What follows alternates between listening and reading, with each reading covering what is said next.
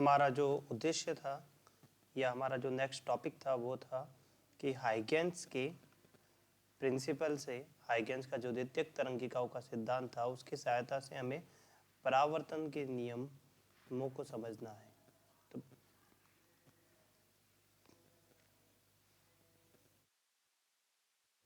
परावर्तन के नियम को समझने के लिए हम यहाँ पे एक दर्पण जो है उसको मान लेते हैं। ये हमारा दर्पण है एम डैश।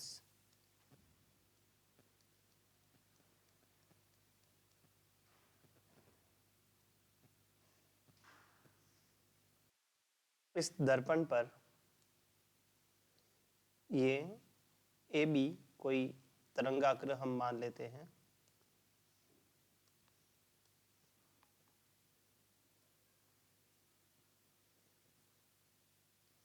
ये ए बी ये कोई तरंगाग्र है जो दर्पण के ऊपर आके गिरा है अनंत से, कुछ इस तरह से यहाँ से ऐसे जाता हुआ ये इसके ऊपर आकर गिर गया। ये तरंगाग्र जो है एक समतल तरंगाग्र है क्योंकि प्रकाश जो है वो अनंत से आ रहा है। तो यहाँ पर हम ये पहले से जानते हैं कि किसी भी तरंगाग्र के लिए उसके ऊपर खींची गई लंबवत रेखा जो होती है वो प्रकाश की दिशा को बताती है, यानी कि किरण की दिशा को बताती है कि प्रकाश किस दिशा में चल रहा है। तो इसलिए यहाँ पर हम इसके ऊपर जो है एक 90 डिग्री पर अभिलंबवत एक रेखा खींच लेते हैं।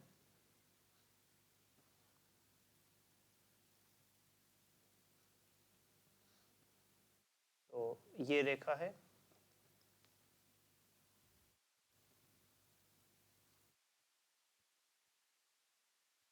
इस तरह से। तो पी ए क्यू बी जो है वो इसके आने की दिशा को बताती है। इस तरंगाग्र को अगर हम ध्यान से देखें तो इस तरंगाग्र के दो बिंदु जो है उनमें से ए वाला बिंदु जो है दर्पण के सतह को, इस तल को जो है स्पर्श कर चुका है, लेकिन बी ने अभी तक स्पर्श नहीं किया है। यानी कि बी को स्पर्श करने के लिए कुछ और आगे बढ़ना पड़ेगा और ये आगे बढ़ता बढ़ता ये जो है सी बिंदु पर आकर इसको स्पर्श करेगा। लेकिन जब बी सी तक आएगा तब तक ए का परावर्तन हो चुका होगा और ये परावर्तित हो करके किसी दिशा में जा गया होगा। वो इधर हो सकता है, इधर हो सकता है, इधर हो सकता है, इधर हो सकता है, कहीं पे भी, मतलब इस दिशा में वो परावर्तित हो चुका होगा। अब यहाँ पे हम देखें कि इस बी को सी तक पहुंचने में कितना समय लगता है। तो मान लेते हैं, माना कि वो समय जो है वो है टी।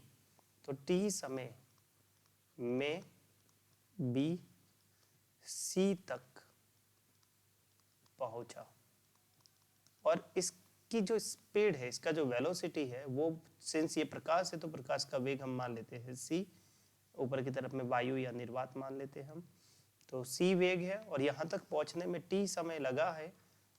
सी हमारा वेग है और टी समय है। तो ये जो दूरी होगी, दूरी बी सी, वो बराबर होगी वेग गुणे समय, यानी कि वेलोसिटी इंटू टाइम, यानी कि सी इंटू टी। तो ये दूरी होगी। अब बिंदु ए जो है वो टकरा करके जब इधर की तरफ जाता है तो ये भी इतनी ही स्पीड सी से जाता है। तो इतने ही टाइम टी के अंदर ये कितना दूर जाएगा, तो ये भी सेम दूरी पे जाएगा सी टी। ठीक है, यानी कि अगर बी सी तक जा रहा है और इसमें टाइम टी लग रहा है तो ये दूरी है c into t, velocity into time, वेग इंटू समय। तो इतना ही दूरी जो है ए जो है वो इस तरफ कहीं पे चला होगा। तो कितना चला होगा ये पता करने के लिए हम क्या करते हैं कि बी सी को त्रिज्या मानकर ए से एक चाप खींचते हैं यहाँ पर, जैसे कि यहाँ पर एक चाप खींच लिया। अब इस चाप के ऊपर हम क्या करते हैं, सी बिंदु से एक अभिलंब खींचते हैं। सॉरी, अभिलंब क्या, स्पर्श रेखा। तो इस सी बिंदु के ऊपर, सी बिंदु से हमने इस चाप के ऊपर एक स्पर्श रेखा खींची और इस स्पर्श रेखा पर बिंदु ए से एक अभिलंब खींचा 90 डिग्री। ये हमारा 90 डिग्री हो गया। तो ये वाला बिंदु जो है वो हमें मिला डी। तो यहाँ पे ऐसा करने पर हमें जो ये डी सी जो मिला है, डी सी, ये आपका होगा परावर्तित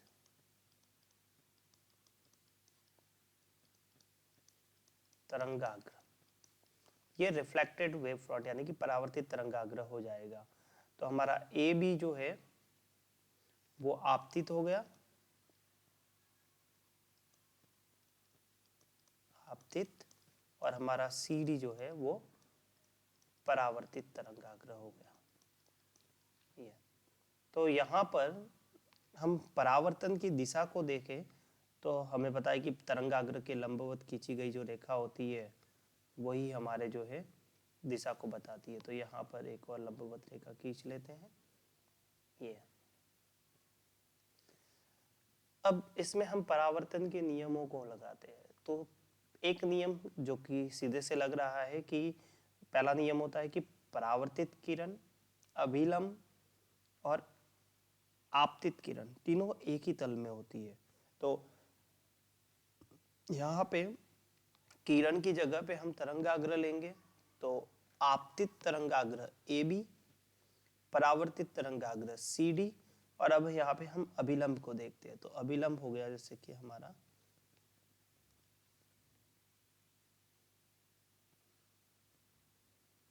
एन ए, और इस बिंदु पर हमारा एन डैश सी। तो ये जो अभिलंब है वो, ये अभिलंब भी उसी तल के अंदर है, यानी कि आपतित तरंगाग्र, परावर्तित तरंगाग्र और अभिलंब, ये तीनों एक ही तल में है। अब दूसरे नियम को बात करते हैं जो कहता है angle I equal to angle R, यानी कि आपतन कोण परावर्तन कोण के बराबर होता है। तो यहाँ पे आपतन कोण देखते हैं तो ये आने वाली किरण है, यानी आने वाला, ये अभिलंब के साथ में जो एंगल बनाता है उसको कहते हैं आपतन कोण। परावर्तित होकर जाने वाला जो अभिलंब से बनाता है उसको कहते हैं परावर्तन कोण। तो यहाँ पे ये परावर्तित तरंगाग्र सी डी है, तो ये जो जाने वाला जो बना रहा है इसको हम कहेंगे आर। हमें ये सिद्ध करना है कि ये आई आर के बराबर है। अच्छा, ये जो आर यहाँ पे है वही आर यहाँ पे भी है।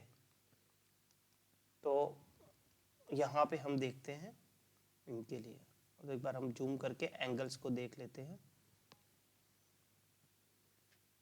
अब देखिए एंगल को ध्यान से थोड़ा, कि ये जो एंगल है ये वाला पूरा एंगल पी ए बी, ये एंगल पूरा 90 डिग्री है, और ये एंगल आई है, तो ये वाला एंगल हमारा हो जाएगा 90 डिग्री माइनस आई। तो ये 90 माइनस आई हो जाएगा। अभिलंब जो है वो दर्पण के साथ 90 डिग्री पे होता है, इसका मतलब ये पूरा कोण जो है 90 डिग्री है, और ये 90 है।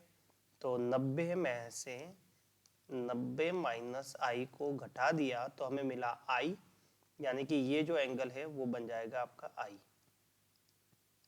ठीक है, इसी तरह से सेम यहाँ पे अगर हम देखें ये आर है, और ये जो एंगल है ये 90 डिग्री है, तो ये वाला एंगल हो जाएगा आपका 90 माइनस आर।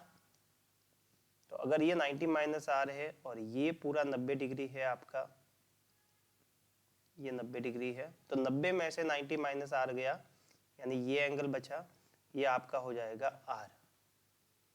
तो ये आई और आर हमें अंदर की तरफ में प्राप्त हो गए हैं। अब इन दो त्रिभुजों को हम देखते हैं। तो हमारे पास में कौन से त्रिभुज हैं? ए बी सी और ए डी सी। त्रिभुज ए बी सी व त्रिभुज ए डी सी में अगर इन दोनों त्रिभुजों के अंदर अगर हम देखें तो हमारा ए सी जो है वो कॉमन है, ए सी बराबर ए सी, ये उभयनिष्ठ भुजा है।